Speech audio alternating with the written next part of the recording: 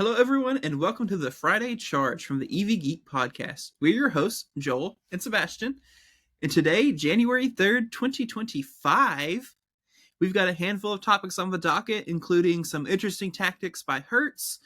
We drove a really cool EV on Monday. Hyundai is going to be giving out NACS adapters and a couple more topics. So, without further ado, let's plug in and get started.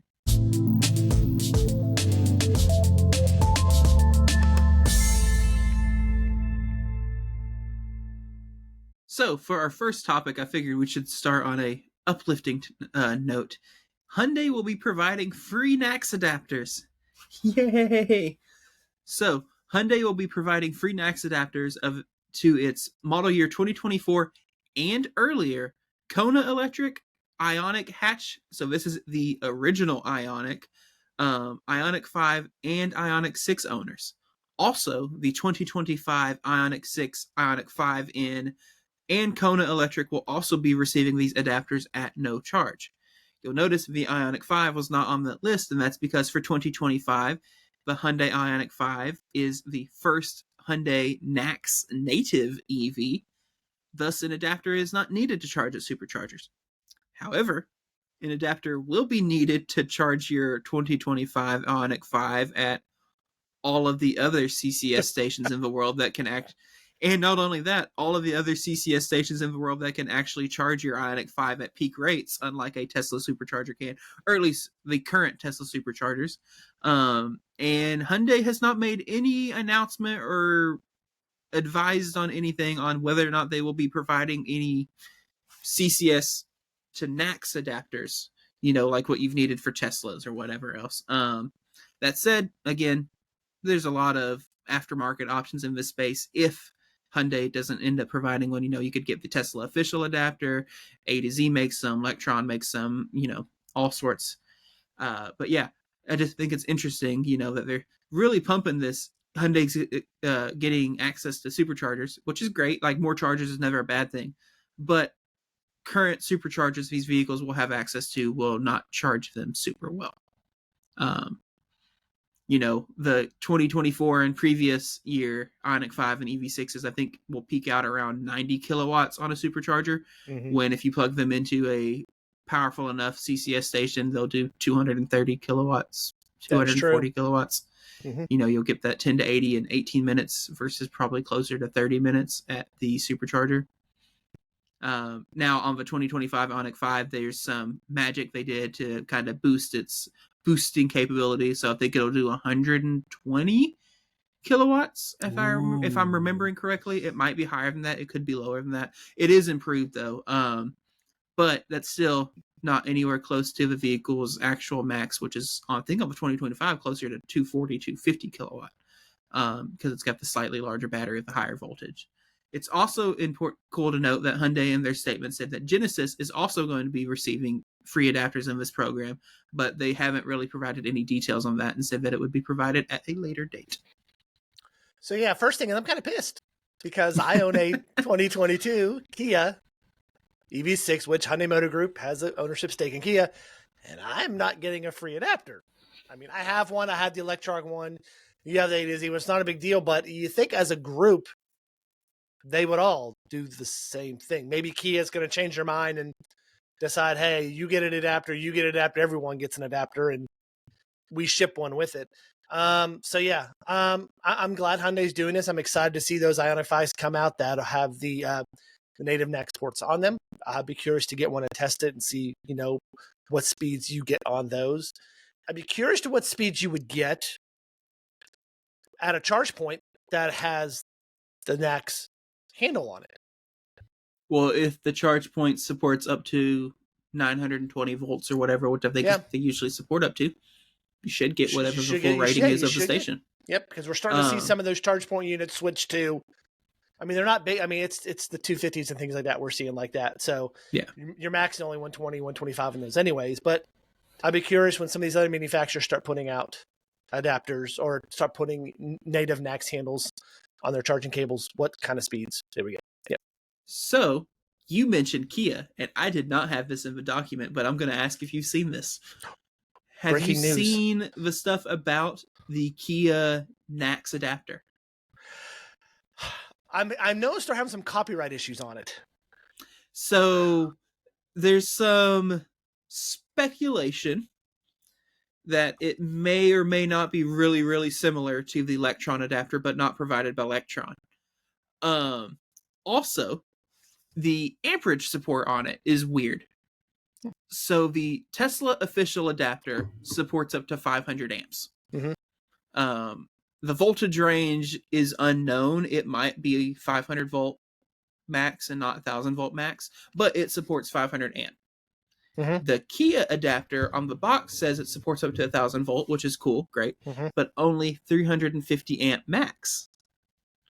So on a 1000 volt car, it can handle 350 kilowatt. But if you try to use your NACS to CCS adapter from your Kia on something like a Equinox, for example, well, the Equinox wants to pull 500 amps.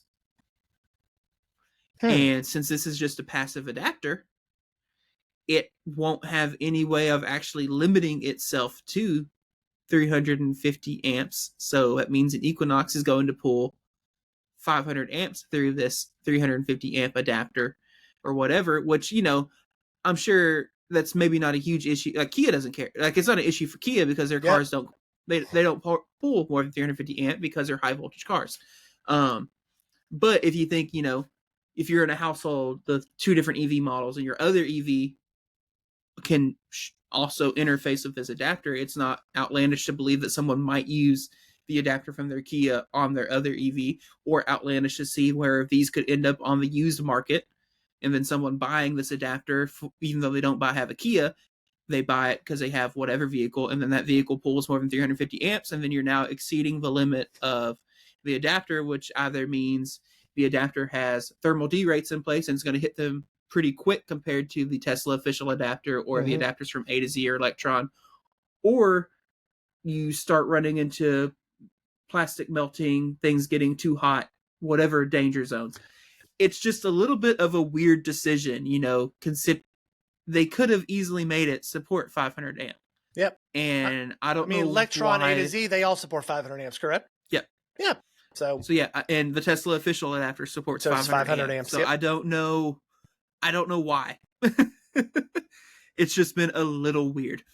And and just also Electron, it looked at it and goes, that looks really similar to our adapter. Yep. But we had nothing to do with it. That's weird.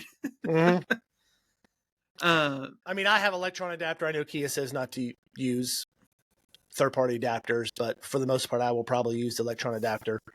We always suggest contacting your manufacturer and doing the right thing, but, we are EV geeks, so we kind of think outside the box, and sometimes we don't always do the right thing. That doesn't mean you shouldn't. So, and at the same time, these adapters have been tested. They're all working on UL certification, all this stuff. They've, I believe A to Z is the ones, they've tested their, one of the things for UL certification is it has to support 500 amps for over an hour without reaching a certain temperature. They're well below that temperature after an hour. And I know that new A to Z Typhoon Pro plug meets that, no problem. Yeah. And there is no EV on the market currently that can pull 500 amps for over an hour. Most of them pull 500 amps for like 10 minutes max, and then they start to derate on their own. So, most of these adapters, especially once they get that actual UL certification, there's not near as much concern in my mind of using them. I'm not worried anyway because I drive the vehicle that will never get anywhere close to hitting any of these limits, or at least but Lord, what we don't suggest you do is go to Amazon and find one that you never heard of. Don't buy the cheapest one you find. For Stick to reputable brands. $35 on Amazon that you don't know where it's coming from, you never heard of. Be wary of those. But stick to the Electron, the A to Z, or the one from your manufacturer. Yeah. Moving on. Hertz has started using an interesting tactic to try to offload their EV fleet. So, as previously announced, Hertz was going to be offloading pretty much all of their EVs, which, who knows if that's the right decision. I kind of feel like it's not, but that's not, neither here nor there. But this new tactic is odd. So Hertz has been offloading a lot of these through their own sales place, or, used vehicle marketplace, right? And the pricing has been pretty normal for for the market. Yeah, They've we also have done a some on lot the of screen right now. You can look at some of the pricing. So yeah, yeah. They've also done a lot like selling to dealer auction, whatever else. But their ones in their Hertz car sales have been at very normal prices. However, they have started sending emails to customers who are currently renting these EVs and just basically saying, "Do you want to keep it? Give us this much money." And the one on your screen there is probably the most interesting one. They offered somebody a 2023 Model 3 with under 30,000 miles for right under 18 grand, which is a crazy deal. I wonder if that includes the tax credit. No, you can't. Well, yeah, these. No, you wouldn't No, be you able to can't. on a No, 'cause 23 Those are 2023. So yeah, because it's not 2 years because it old. would So have yeah, to be you now. You could now. you could now. Yeah. You could as of yesterday, Yes. or the first. Mhm. But that is an insane deal. Yep. And so this is such an interesting, because also, when you think about it, a lot of these people renting these vehicles aren't local. No. They traveled there, whatever else. How many of these people are going to actually see that email and go, okay, yeah, I'll buy it. Yeah. And then drive it home? Yep. Just cancel their flight to drive it home, have it shipped to their house. Like, it's a weird tactic to me. Really good deal. Yep. Weird tactic. How does financing work? What if you got to trade? All that fun stuff that gets technical with cars. So yeah, I mean, I think I kind of agree with you. I think this is a knee-jerk reaction Hertz is doing. I mean, basically, they decided to purchase all of these from mostly Tesla. Now they do have other manufacturers. They have some Polestars, they have some Bolts and things like that. They have other EVs. For the most part, it's Teslas. I think they did that huge buy-in. They did that huge purchase from Tesla during the pandemic where prices were peaked out, and the market's fallen. So now they're kind of in a pickle. So, I mean, I understand why they're doing it. I think it's a knee-jerk reaction to doing it. They probably shouldn't have purchased so many of them in the first place from Tesla. Maybe did a smaller order, see how the market goes, and then do another order if needed. So instead of trying to sell off all these, you don't have to sell for a smaller amount. So yeah, but I probably wouldn't buy one on my email that popped up like that. So because these cars can be, I mean, these cars, we've seen, our buddy owns a used EV dealership. He has bought in some cars from Hertz.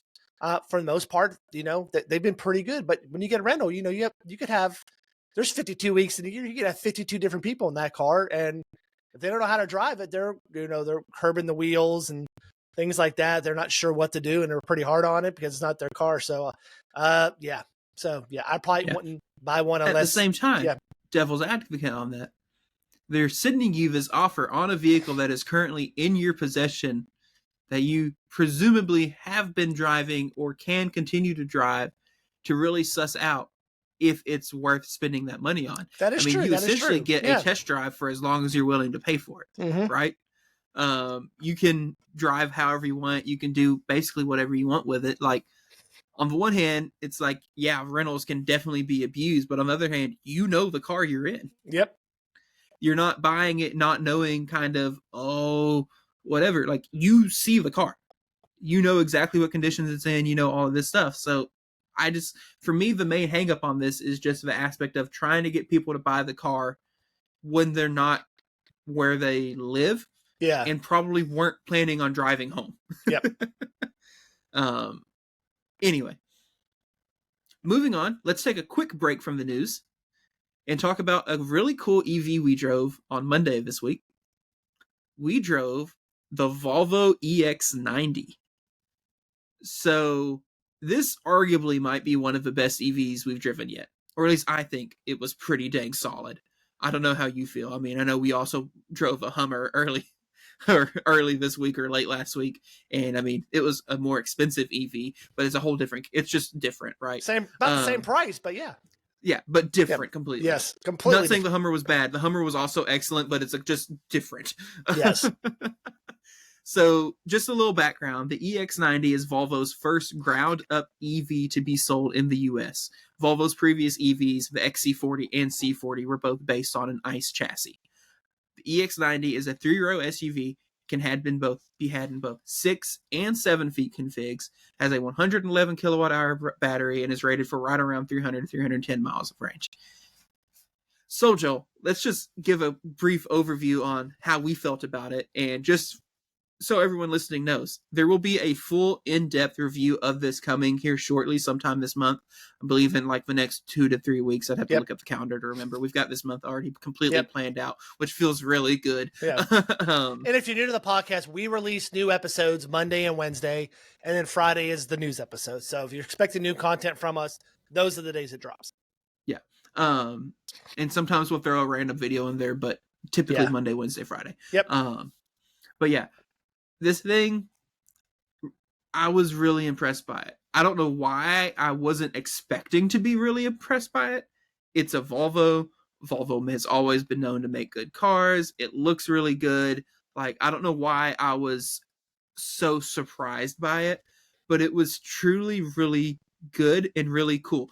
Just for starters, that picture you're showing right there of the mirrors. Yep. The fact that the entire mirror moves when you adjust it instead of just the glass is still wild to me. It's one of those things, it doesn't matter. You adjust your mirrors like once in a blue moon. Yep. But when I hit the button and watched the entire mirror housing start tilting around, I was like, what the heck is this? Yep. It was almost spaceship-like. Yep. The storage space was great. The suspension doing the whole kneel down with the button and press on the back was really cool, and something we should see in more vehicles, but don't. The software was really good. The seat materials were like everything about it was so good. Yeah, it was. I mean, if you look at the picture now, it also has a huge LiDAR on top of the roof here. And you mentioned it too, and same thing, the dealership. So huge shout out while we're doing a huge shout out to McClarty Volvo Little Rock for letting us get our hands on this car for a few hours. They were very generous. Just let us take it, say have fun with it, bring it back whenever you're done. So we had it for about 2 hours, I believe. But yeah, but they even mentioned it too, that LiDAR on top is for future use. I mean, and what he says it's doing, it's collecting kind of like all that data of you driving around and of street data and what's going on, and then bringing that back to Volvo. So Volvo gets this ample amount of data to help improve, I'm assuming, its driver assist system. So yeah, it was, I was blown away by this car. I mean, this was the second 3-row SUV that we have done. We've previously done the Kia EV9. If you haven't seen that video, check that out. We were also very impressed with the EV9. But these, though, it's just two different cars. I mean, it's just different. It's just different. I mean, it was simple. It gives you that kind of that Scandinavian feel. Very simple without giving too much away. Love the front. I love the front of all the Volvo EVs. They just have that simple look with the logo on the front. The things that the lights do in the front, we have a little YouTube short out there about that. You can look at that. The lights kind of opening and closing.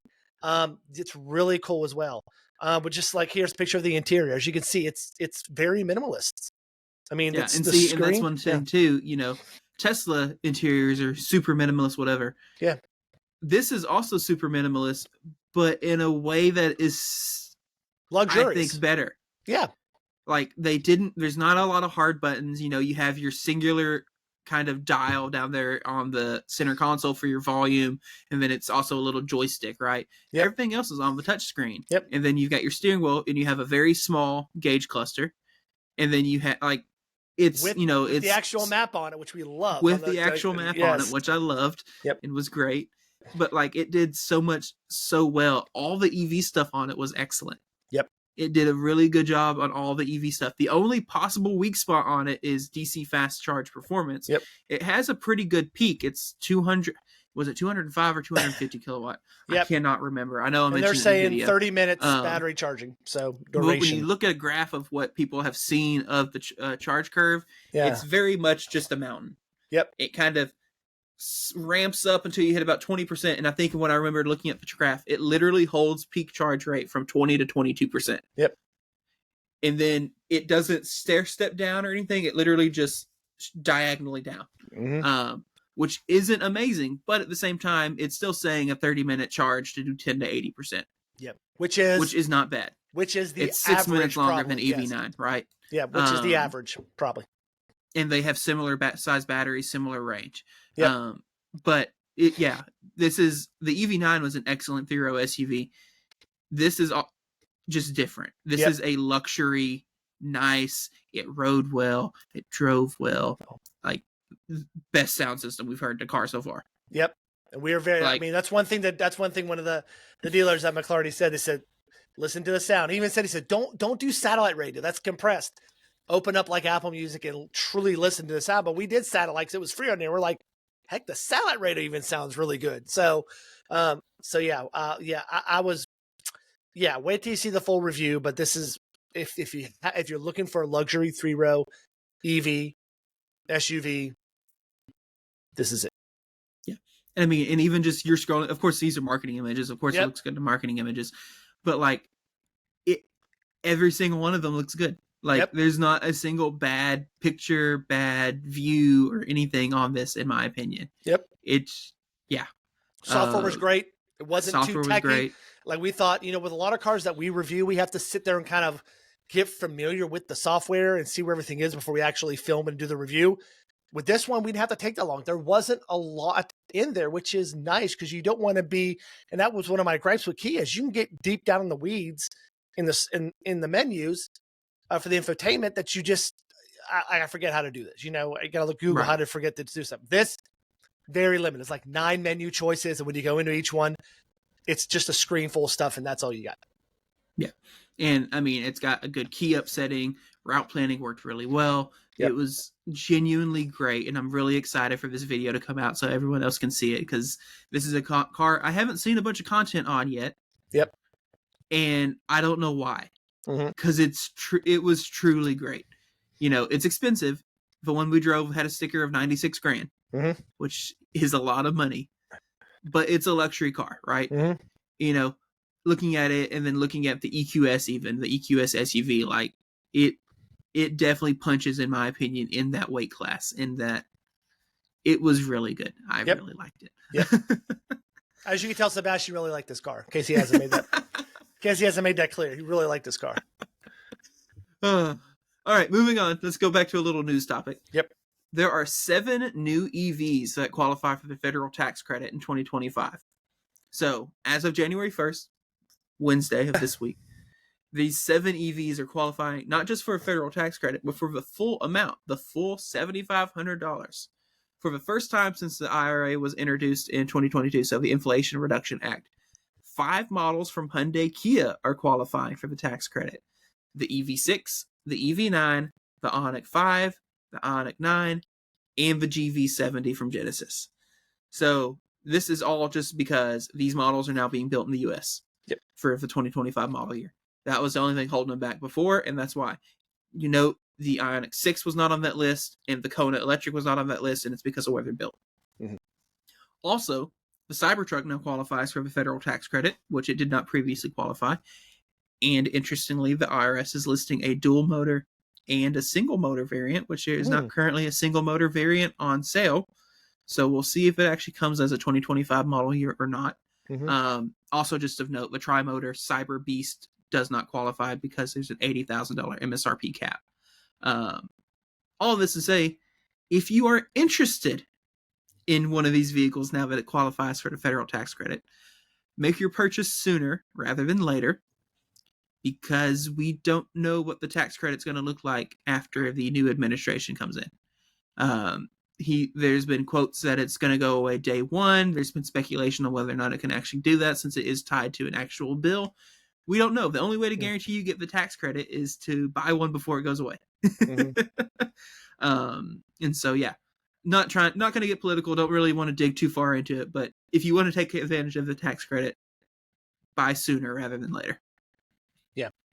And this helps. I mean, this helps especially out Hyundai Kia, because a lot of times the dealership would just offer you $7,500 off and just eat the cost, to sell the vehicle. I mean, every Kia and Hyundai that we have reviewed, they were offering stupid discounts on their vehicles because they know a lot of their competition was getting a $7,500 tax credit. Now they don't have to do that anymore. So now they can just that's more money back in their pocket, which is okay.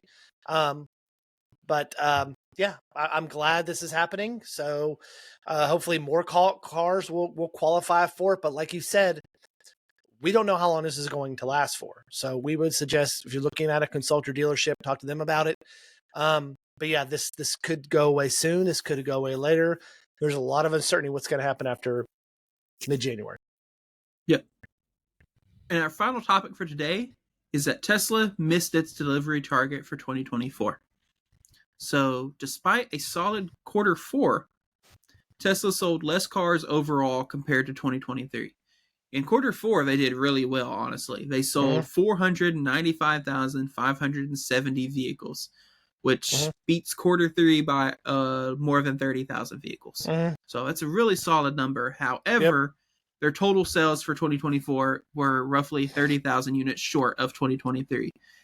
There's been a lot of speculation about why this might be. There's been reports of slow demand for Cybertruck, people kind of not buying Model Y right now because they're waiting for the upcoming Juniper refresh. They don't want to be stuck in a position where they just bought a Model Y and then a week later there's a new Model Y on the road, being announced and delivered very, very quickly type situation.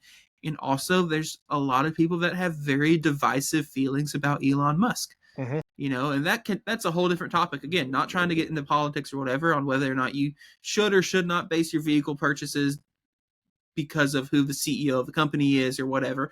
But it is a thing that we are seeing more and more and more of people actually making that their reason for not buying a Tesla. They'll say it's a great car, but right. And so who knows how much of that is actually kind of starting to impact Tesla's bottom line. I don't know. No one really knows. But yeah, I think really all of that together is what maybe attributed to this.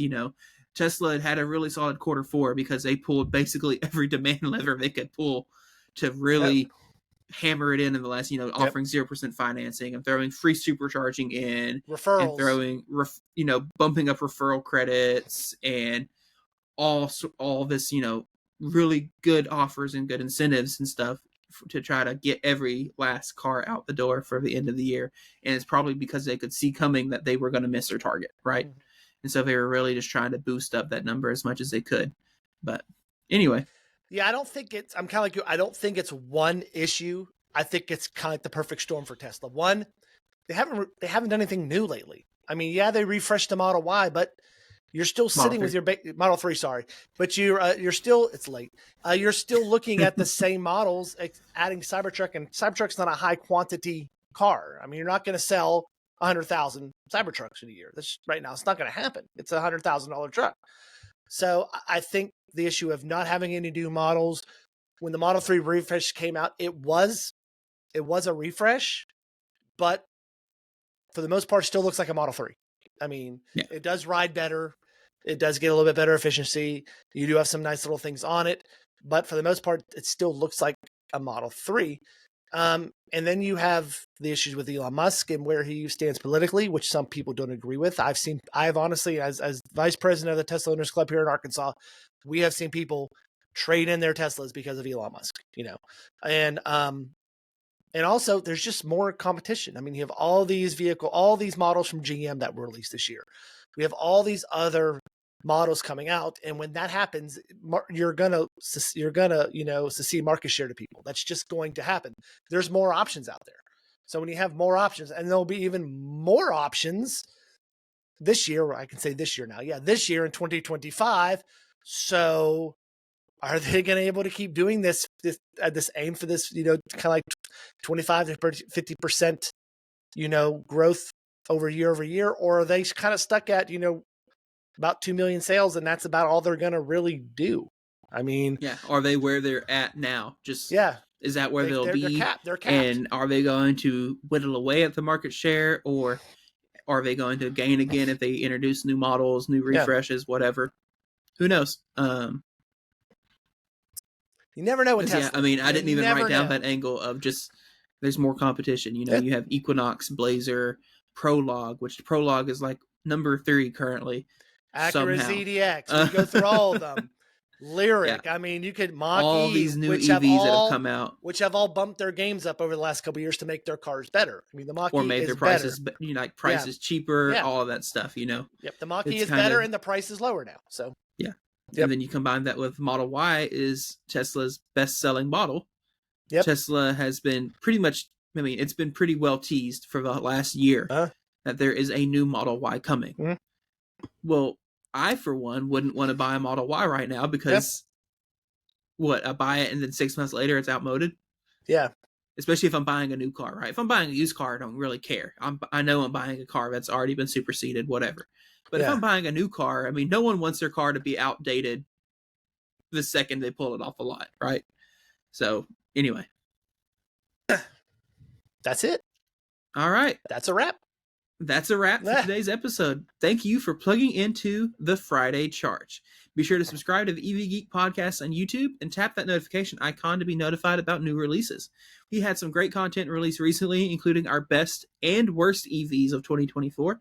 And you'll want to be subscribed because we've driven some really awesome EVs these past few weeks. We have. And I'm super excited to share with you. We've got the Hummer EV coming up. We've got the Volvo EX90, as previously mentioned. We've got a Kia EV6. Let's see, what else have we driven? Cadillac Lyriq. The EV6 was the GT. Sorry, I know we've already done an EV6, but this one was the GT, is the spicy one. And we have some more planned out in the next couple of weeks. And we've got some more stuff planned. Hopefully we're getting an i7 soon, and yeah. So you'll want to be subscribed so you can see all of this stuff, because I'm sure hoping it's all going to be good. If you have any thoughts or questions, drop them in the comments below, because we'd love to hear from you. So long, everyone, and we will see you again on the next episode of The Friday Charge.